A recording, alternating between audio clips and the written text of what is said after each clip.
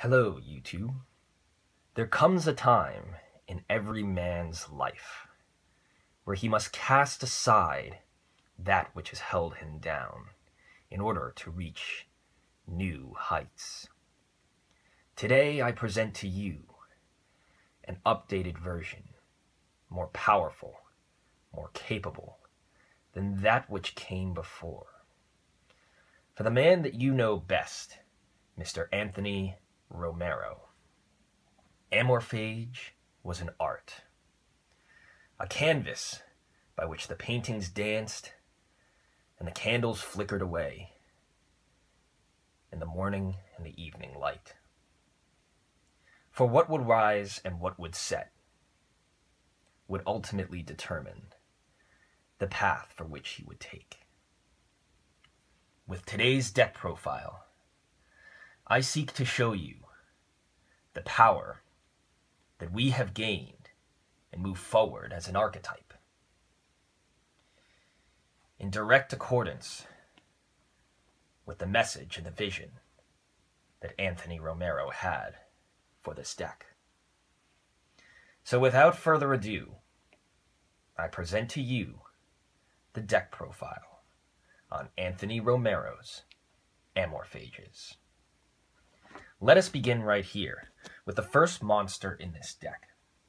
For us, for all who travel through the realm of the AMORPHAGES of sin, we have 3 copies of Amorphactor Pain, the Imagination Drac Overlord.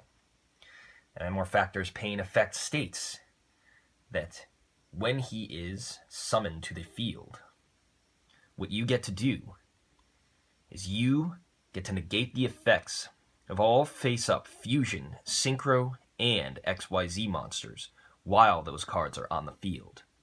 And when he is ritual summoned successfully, your opponent skips their next main phase 1. The great thing about this card is, though it may be ritual summoned with amorphous persona, there is still more power to be gained. For those who travel through the land of the AMORPHAGE, walk silently into the shadow of death, and don't look back. And that is exactly what Amorphactor Pain has done, gaining the strength of the AMORPHAGE in an effort to move forward. For the next cards we have in this deck are the AMORPHAGES themselves, monsters that promote the power and tell you that sin is not okay. For sinning and sin itself are a reflection of who we are as human beings. And that is what I am about to show you. Each one of these monsters takes the would-be sins or actions of your opponents and presents them from happening. The AMORPHAGE all have one common effect, and it is a monster effect. They also have a common pendulum effect as well, that I shall explain for those who might not know. For all AMORPHAGES state, as Earth Dragon type monsters, that if this card is pendulum summon or flip face up, neither player can special summon monsters from the extra deck while this card is face up on the field, except for AMORPHAGE monsters. And all of them have this ability. The differences lie within their pendulum effects, though all of them are destroyed next turn unless you tribute an AMORPHAGE, a strategy that makes them worse under links. They, at the same time, have different capabilities, and I shall go through them in turn.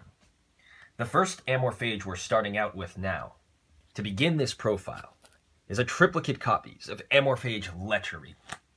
Lechery, or Lust, negates the effects of spell cards and prevents your opponent from activating them, while this card is face up on the field in your pendulum zone. And if you have a monster on your side of the field, you have that special ability. With 1350 attack, as all AMORPHAGES have an attack value of something and then 50 attack or defense, and 0 for the other value, you can continue to move forward with your plays. As AMORPHAGE Lechery negates spells, the next card is Greed. Greed is something that negates traps. Amorphage Greed's strength is its ability to shut down your opponent's plays. And with a 1950 defense power and a pendulum scale of 3 to lechery's 5, there is much strength to be gained from greed. Pushing forward and preventing your opponent from stopping you. For all the life points are yours for the taking. The next monster we have in this deck is a triplicate copies of Amorphage Gluttony. If greed and lechery negate spells and traps, Gluttony does the same for monsters. Gluttony's strength lies in its capability to shut down your opponent's plays and prevent them from activating any monster effects while you control an Amorphage. Truly the power and strength of a strong monster. And with a scale of 5 and a defense of 1850, your opponent shall be hard-pressed to deal with it. Moving out of the cards that negate spells, traps, and monsters while in the Pendulum Zone, further monsters are required. Now, we have Amorphage Wrath. Anthony moves forward at a lightning pace, always updating his deck to the most powerful of circumstances. This card is, as his name implies, the avatar of Wrath, and prevents your opponent from tribute summoning or using any monsters as a tribute, except to summon Amorphages. With the strength and power of the true Dracos and other cards, your opponent will be hard-pressed to stop your wrath as you barrel through them. The next card is Envy. Greed, lust, wrath, and envy combining together to form a mighty power. Because you see, Envy states that neither player can activate cards of Chain Link 2 or higher while it's on the field. It effectively shuts down your opponent, except for Amorphage monsters, while you have this card on the field. A lot of your cards you will be triggering as Chain Link 1, and stopping your opponent in their tracks. Envy is a powerful emotion, and envy itself is a powerful monster. Getting in the way of this card will cause your opponent certain doom. The sixth Amorphage we have for the 7 deadly sins is Pride. Pride is strong. Believing in oneself is one thing, but without the humility to move forward, you may find yourself in a situation. Amorphage Pride is an eagle, a prideful beast for sure, and its power states that neither player can take any effect damage. Now before, we ran Pride in this deck because it was strong. However, now, the strength of Amorphage Pride lies in its effect for the Pendulum Scale. You see, Pride and its special ability allows it to negate the effect damage of your opponent, which means if your opponent seeks to do you harm with Trick Stars or any such chain burn kind of deck, Pride shall step in and stop them. In addition to Pride, its strength is 1750, and is one of the strongest beaters in your deck along with Greed. Its overstatement cannot be pushed forward enough. So now we have the last sin in the deck. The last sin of the deck and a secret rare from the pack. 1 copy of Amorphage Sloth. Sloth may be a level 6 monster, but its power is not diminished any less because of it. You see, Sloth changes the game a little bit, because its monster effect states that neither player can special summon monsters from the extra deck except for Amorphage, which is a vast contrast from its brethren, the other 6 deadly sins, which states that the monster must be pendulum summon or flip face up. Sloth instantly brings power to the monster zone, as you can get it out on the field by any means, and it can still have that ability. However, its real ability comes from its pendulum effect, which states that neither player can add cards from their deck to their hand except by drawing them. Truly a mistake. Powerful card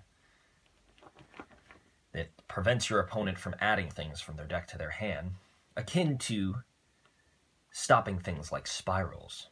For all of the sin that exists in the world exists because we allow it, and to push forward as 7 deadly sins should.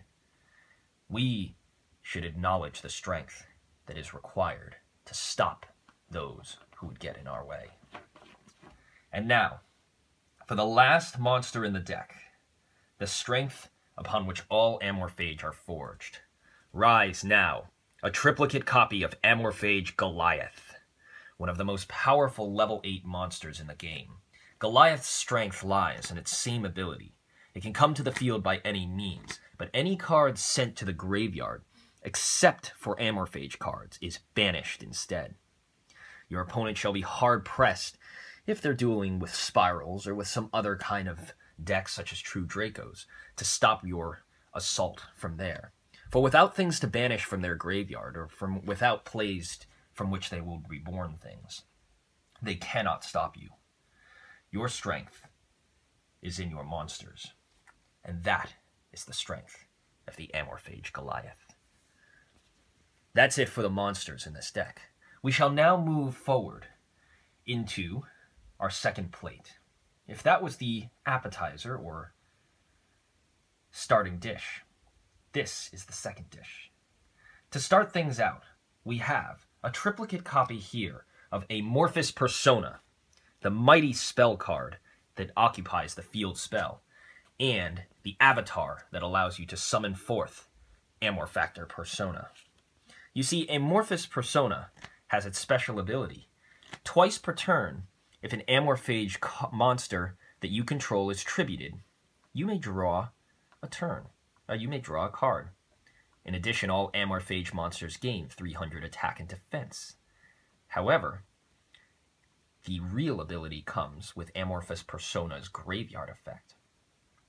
You can banish this card from your graveyard and tribute Pendulum monsters from your hand or field whose levels exactly equal 8, and then you can special summon or ritual summon forth Amorphactor Pain, the Imagination Drake Overlord, from your deck, or from your hand, enacting the power of a monster who would barrel through and destroy your opponent, preventing them from conducting their main phase 1.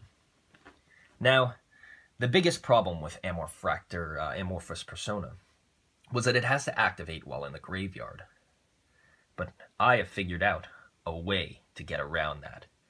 And this card right here is the strength which is required for Anthony's deck to move forward. Rise now, Foolish Burial Goods. In a triplicate set of the mighty Foolish Burial Goods, you can activate this card to send your Amorphous Persona directly from the deck to the grave, allowing you to activate its effect and get its ability forthwith. You see, strength in the AMORPHAGE states with how fast you can get the rituals. Other more wicked souls would deny the power of Amorphous Persona. However, for Anthony's build, we must learn to work with that strength, rather than against that strength. And with Foolish Burial Goods, a brand new card, we can further push the power of the AMORPHAGEs forward. Thanks to Foolish Burial Goods as well, you can send a variety of different spell cards or traps to your graveyard and show what is truly the strength of this card. Now, moving on, we have the rest of the spell cards in this deck. More additions have been added here, as you shall soon see. 3 copies of Amorphage Infection. When it comes to infecting monsters, nothing is better than the Amorphage. With all Amorphage gaining 100 attack and defense for each Amorphage card on the field, including this one, your monster's attacks will go up quite fast. And if a monster that you control is tributed or destroyed by battle or card effect, you can add 1 Amorphage card from your deck to your hand. Though you can use this effect of Amorphage Infection once per turn, the real strength of Amorphage Infection lies in its ability to prevent your opponent from stopping your monsters.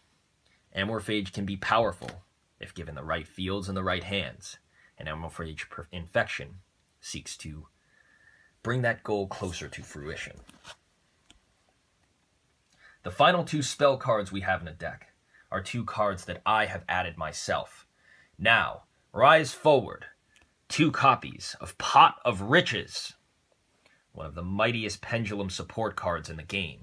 Pot of Riches allows you to shuffle back any 3 pendulums from your deck, or from your extra deck or graveyard that are face up, back into your deck, and shuffle the deck.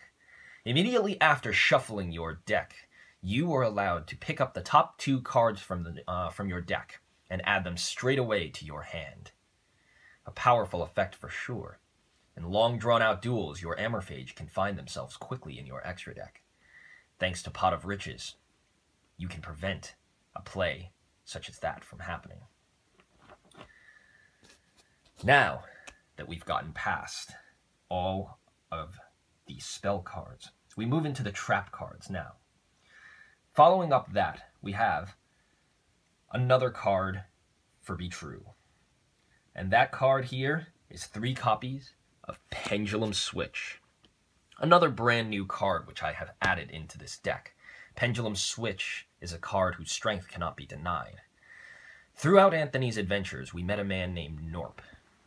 Norp's strength relied on his ability to understand the strength of pendulums.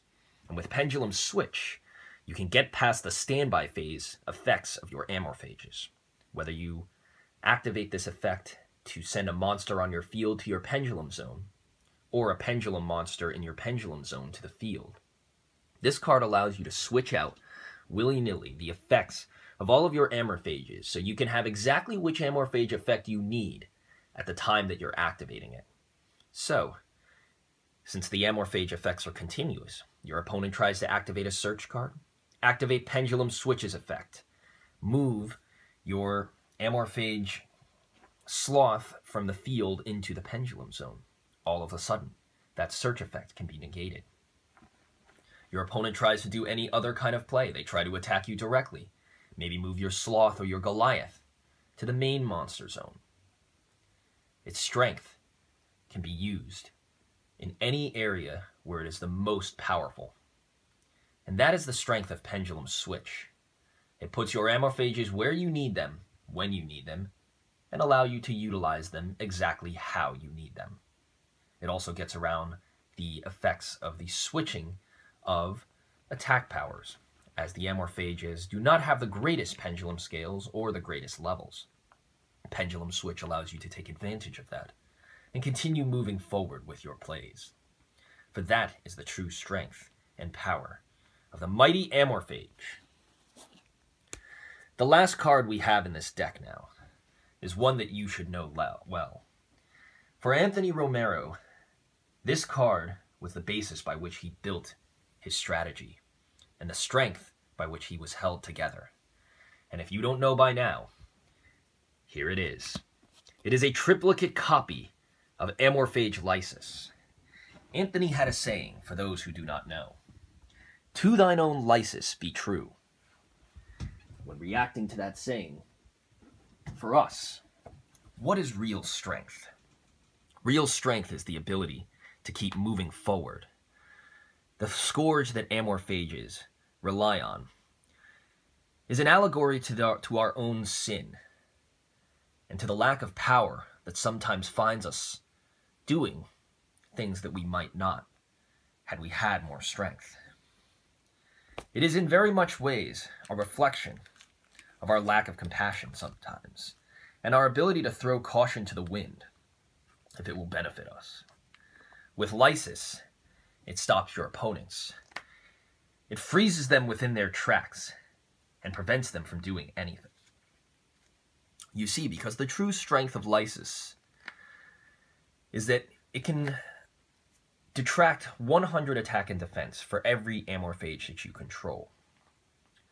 And that includes cards. You couple that with your AMORPHAGE Infection. Your opponent's monsters have their attacks decreased and their defenses decreased, and you have yours increased. A pretty sweet deal, if you had to ask me. Although, I wouldn't let them say that, because that's Lysis's job. As Lysis's true power relies in its strength to be able to add and activate an AMORPHAGE Pendulum monster to your pendulum zone if one has to be tributed. or destroyed.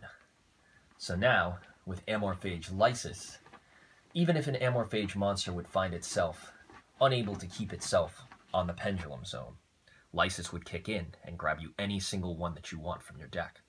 Combine that with the strength of Pendulum Switch, and there's nothing that can stop you. With that, I conclude the main deck. For the extra deck, of course, as we mentioned in a previous video, the strength of links diminish the strength and capacity of AMORPHAGE somewhat, but that can be stopped thanks to a powerful monster known as Mrs. Radiant. With Mrs. Radiant on your side of the field, and all of your AMORPHAGEs as Earths, you can Pendulum Summon 2 per turn instead of just 1. Mrs. Radiant's 500 attack power also gives you a nice, healthy, and hardy boost, and an extra bonus if you find yourself up against wind monsters or a wind deck, as their monsters take a 400 dip in attack. A perfect strategy for stopping those pesky weather painters that are coming out soon. With Mrs. Radiant, you can have all of the power at your fingertips, as if this card is destroyed by battle or card effect, you can add an earth monster from your graveyard and straight to your hand. A strength that is unparalleled in anything we have seen in AMORPHAGE thus far. As Mrs. Radiant seems to have cleaned up quite well from her previous form, Milus Radiant, it can be swiftly assumed that even though she may inhabit some of sins, it shows that sometimes, even if we know we are sinners, rather than destroying all aspect of sin in ourselves forthwith, we must learn to live with sin, utilize sin to benefit ourselves and to make ourselves better people. In fact, it is only through sinning that we can achieve a higher plane of learning. And with that, everyone, my deck profile is finished. As Anthony Romero would say, to be oneself, to truly understand oneself, you must walk a mile or a million in the shoes of a man who has sinned. And that strength comes forward here with AMORPHAGEs. Because in order to truly understand a dire situation, one must inhabit the body of the AMORPHAGE and walk forward in their shoes. So thank you very much for enjoying and watching this deck profile. We hope that you have enjoyed the process and power of the AMORPHAGE deck. If you like this video, please remember to give a rate, comment, and subscribe to the Team Time Riders YouTube channel, as all of it is much appreciated. And from Anthony Romero to all of you, I bid thee farewell and move forward on the journey that is life. Thank you, and goodbye.